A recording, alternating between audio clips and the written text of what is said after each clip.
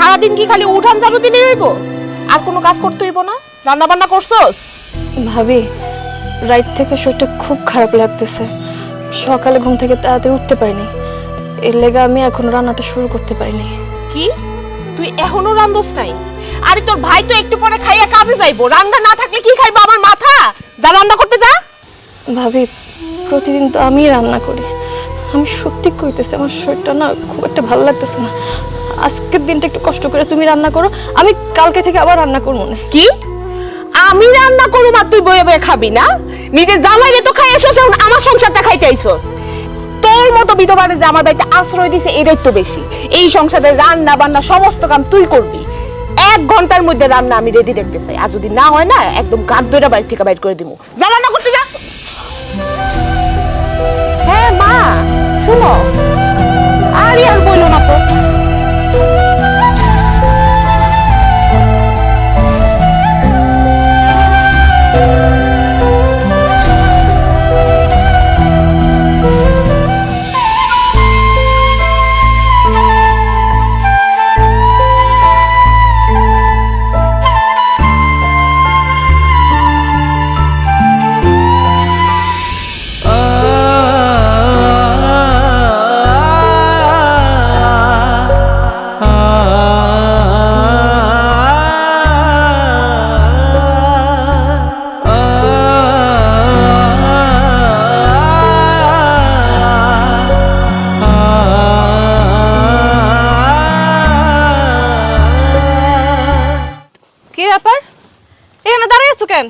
আমি আর হাঁটতে পারতাছি না, আমার পাউটা খুব ব্যথা করতেছে। তুমি একটু সামনে আগায় দেখো না, একটা রিক্সা পাওয়া যায় কিনা। কি কইলা তুমি? আমি সামনে যাই আর দেখমু রিকশা পাওয়া যায় কিনা? এই, তুমি আমার স্বামী আর আমি হইতেছি তোমার স্ত্রী।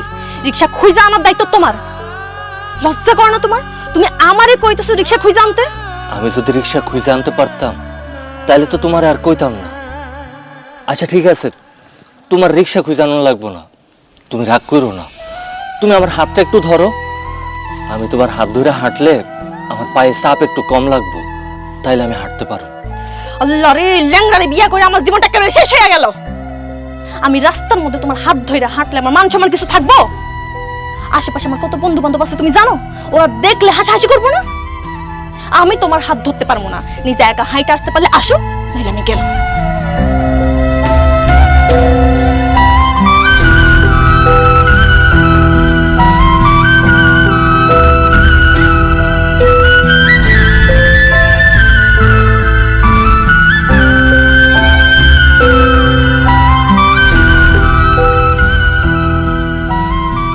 আরে তুই ফাতেমা না? আমি ফাতেমা, কিন্তু আপনি কি? তুই আমার চিন্তা পারস নাই? আরে আমি তোর ক্লাসমেট সবুজ। সবুজ? ও সবুজ! আল্লাহ, তুই এত লম্বা হয়ে গেছিস, আমি কেমনে চিনবো? আমি এখন চিনতে পারছি। কেমন আছিস তুই? আমি ভালো আছি, তুই কেমন আছিস? আমিও ভালোই আছি। তুই যে ভালো আছস সেটা তো তোর দেখি বুঝাইতাছে, তোর তো একদম চিনেই যাইতাছে না। কি সুন্দর দামি শাড়ি গহনা পরে আছস, তোর খুব সুন্দর লাগতাছে। অথচ তুই যখন আমাকে লগে স্কুলে যাইতি তখন তো সিরা জামা গায়ে দিয়ে স্কুলে যাইতি। মাশাআল্লাহ, তোর এখন কত পরিবর্তন। সবই আল্লাহর ইচ্ছা। হ্যাঁ ঠিকই কইছস। শুনলাম তুই নাকি বড় লোক একটা পোলা দেখে বিয়ে করছস। তোর স্বামী কই, সে কি করে? মানে সবুজ ভাই, আমি ফাতেমার স্বামী। কি? আপনি ফাতেমার জামাই? ফাতেমা, এই ল্যাংড়া তোর স্বামী? উনি আমার জামাই, কিন্তু ল্যাংড়া না, ওই জন্মগত পায়ে একটু সমস্যা আছে আর কি। পায়ে সমস্যা না রে, সে আসলেই ল্যাংড়া। টাকা পয়সা লোভে বইরা এরকম একটা ল্যাংড়া পোলারি বিয়া করছস। তাই তো কই, এত বড় লোকের একটা পোলা তোর মতন গরিব একটা মেয়ের কেন বিয়া করছে? এখন বুঝতে পারতাছি, তার দাসী বানায় রাখার জন্য তোর বিয়া করছে, তার সেবা যত্ন করার জন্য তোর বিয়া করছে। কর কর, ভালো কইরা এই ল্যাংড়া স্বামীর সেবা কর।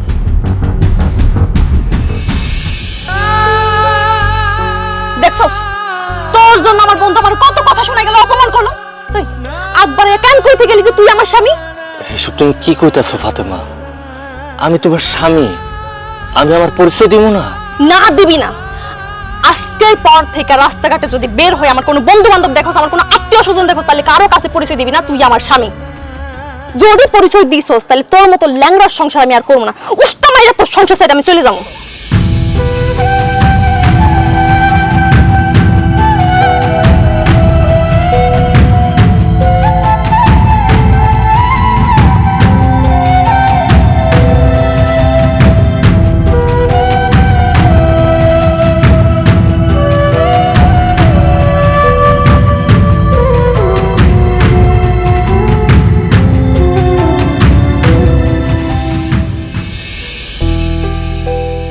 বৌমা, তুমি দাঁড়াই গেছো কেন? আসো, বসো আসো। না আমি বসবো না। কি হয়েছে তোমার? রাশেদা তুমি বাইরে গেলে আসার পর থেকে দেখছি তুমি যে মুখটা কালো করে রাখছো। কিছু হয়েছে বৌমা? কি আর হইব, আপনার পোলার মতো একটা ল্যাংড়ার বিয়া করে আমি আমার জীবনটাই নষ্ট করে ফেলছি। আপনার পোলার লগে আমি বাইরে যেতে পারি না, রাস্তাঘাটে যেতে পারি না।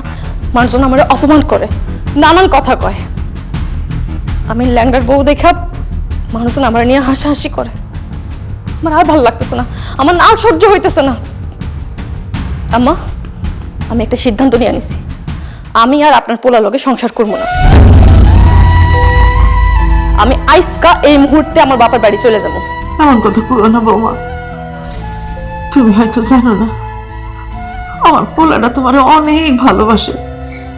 তোমার যেদিন প্রথম দেখতে গেছে না, তোমার দেখা এসাই কইছে, মা ফাতেমারে আমার অনেক পছন্দ হয়েছে, আমি যদি জীবনে বিয়া করি তাহলে ফাতেমারে করবো, ফাতেমারে ছাড়া অন্য কোনো মায়ের আমি বিয়ে করবো না। কিন্তু যখন শুনলো তুমি বিয়াতে রাজি না, ছোট মানুষের মতো ঢুকরা ঢুকরা কাঁদছে আমার পোলাটা। কিন্তু তোমার ভাই ফোন করে যখন কইছে তুমি রাজি, মাগো এত খুশি হয়েছে আমার পোলাটা, এত খুশি হয়েছে, আমি জীবনে এমন খুশি হইতে দেখি না।